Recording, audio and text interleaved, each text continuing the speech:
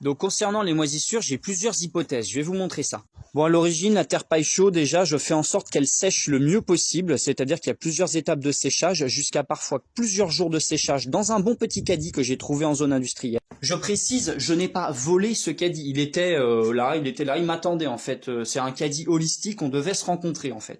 L'autre chose, bah bien évidemment le poêle que je laisse tourner la fenêtre ouverte volontairement, parce que je rappelle que ça permet d'évacuer l'humidité, ça sert à rien de chauffer une pièce humide, sauf si on va faire une culture de champignons. Ensuite, je compte pulvériser de la javel sur les moisissures existantes afin de les terrasser. Je pense que ça devra avoir un bon résultat ou alors du vinaigre, mais la javel n'est pas si nocive que ça à part quand on la boit directement. En effet, la javel, c'est du chlore, il y en a dans les piscines, ça finit par s'évaporer, on boit pas l'eau de la piscine de toute façon. Autre petite chose que j'ai mis en place, tac, pour absorber l'humidité, tu vois. Donc ça, c'est du sel, et l'eau, elle coule après, dedans, tout simplement, puisque le sel fait de la rétention d'eau.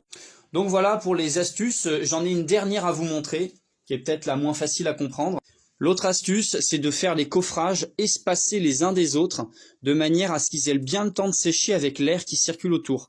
Ensuite, je boucherai les trous, bien évidemment, progressivement. Mais en faisant ça, ça va déjà un peu mieux sécher et je vais avancer sur mes autres casiers en attendant.